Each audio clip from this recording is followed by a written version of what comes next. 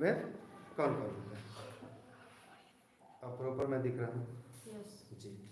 कारक के भेद 8 होते हैं। तो जरा सोचिए कि कारक का भेद पढ़ना जरूरी क्यों है? कारक का भेद पढ़ना जरूरी क्यों है? कि नहीं? जानकारी जानना जरूरी है कि नहीं है? अब बताइए, आप एकदम सिंपल परिभाषा में हमको आप समझा दीजिए कारक का भेद पढ़ना जरूरी क्यों है। 1 मिनट का हमको टाइम दे दीजिए।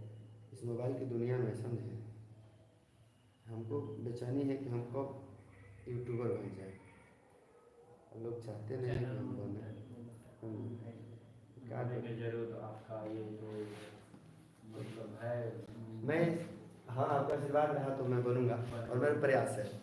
तो मेरे दोस्तों, मैं बता दूं कि भेद पढ़ना इसलिए ज़रूरी होता है, भेद पढ़ना इसलिए ज़रूरी होता है ताकि हम किसी व्यक्ति या किसी वस्तु या किसी भी अगर चीज़ का संज्ञा हो, सर्वनाम हो या कुछ भी हो, भेद का मतलब होता है उसे गहराइयों से जानना। जैसे देखिएगा, कभी कभी आप लोग क्या करते होंगे, कोई लड़का ढेर उड़ रहा है, उसके बारे में भेद जानते हैं आप, फिर हाँ सारा भेदवा खोल देंगे, हंसती सारा भेद कर रहे हैं। ऐसे एक लड़की है तो चाहे लड़के का गाय गजेंद्र, सारा भेद खोल देंगे हम। तो भेद का मतलब है कि आपके हर एक कमियों को, आपके हर एक आपके मतलब गहराइयों को जानता है। समझ में आ गया? तभी जब हम कारक पढ़ रहे हैं तो भेद इसलिए पढ़ रहे हैं ताकि उसकी गहराइयों को जान सके और बहुत आसान तरीके से उसे समझ सके। समझ में आ गया?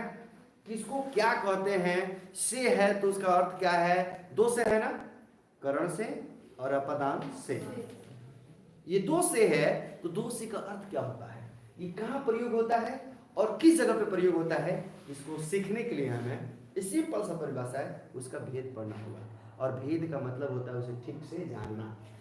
भेद का मतलब क्या होता है? उसे ठीक से जानना।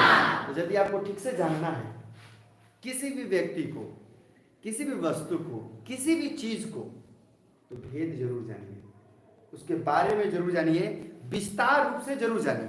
तो आज हम कारक के भेद जानने आए हैं। क्या जानने आए हैं जी? कारक को मैं कह दूं कि जो भी आप काम करते हैं, हम लोग जो भी हम लोग काम करते हैं, उसमें जो सहायता करता है क्रिया का, उसे क्या कहते हैं? कारक कहते हैं। कारक कहते हैं ना।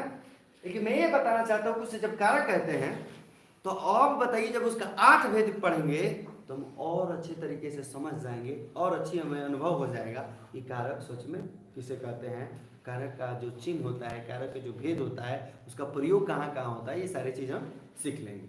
समझ रहा है?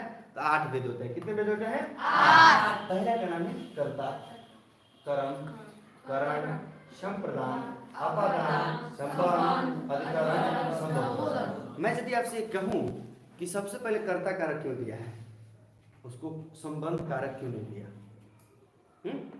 इसका सिंपल सा उदाहरण है। इसका सिंपल सा उदाहरण क्या हो सकता है कि यदि सबसे पहले हमने फर्स्ट कदम, जैसे सीढ़ी होता है तो पहले 5वें नंबर कदम पे हम नहीं चढ़ते ना, शुरू से चढ़ते हैं। वैसे ही यदि हम कोई भी भेद पढ़ते हैं तो सबसे पहले कर्ता इसलिए हम पढ़ रहे हैं ताकि उसका पहला स्टेप है, बात समझ रहे हैं? फिर दूसरा कर्म इसलिए है क्योंकि उसका दूसरा स्टेप है। तो आप समझ रहे हैं इस बात को? तो अभी इस चीज को आप क्या करेंगे? लिखेंगे। और देखिए, कारक में कोई चिंता नहीं होगा, कुछ भी आप पढ़िए, ठीक है, उसके बारे में आप जरूर जानिए कि पढ़ना जरूरी क्यों है, पढ़ते हो तो उससे फायदे क्या है और हमारी सहायता को कितना कर सकता है। ये चीज़ आपको एकदम बहुत जानना जरूरी है। समझ में आ गया? तो इसके लिए आप रेडी हैं? तो चलिए स्टार्ट नाउ, आप लिखना शुरू करिए, लिखना शुरू करिए। अभी आप लोग कमेंट करके बताइए मेरे दोस्त। प्रतीक जरा स्टैंड अप प्लीज़। ये जो बंदा आपको दिख रहा है, आप ईमानदारी से बताइए, मैं जूम कर रहा हूँ इस बंदे को, और बताइए कि ये क्लास में क्या कर रहा है, ये सो रहा है कि नहीं सो रहा है, आप ईमानदारी से बताइए। ये जो ये स्टूडेंट है, शक्ल देख लीजिए, शक्ल से समझ जाइएगा।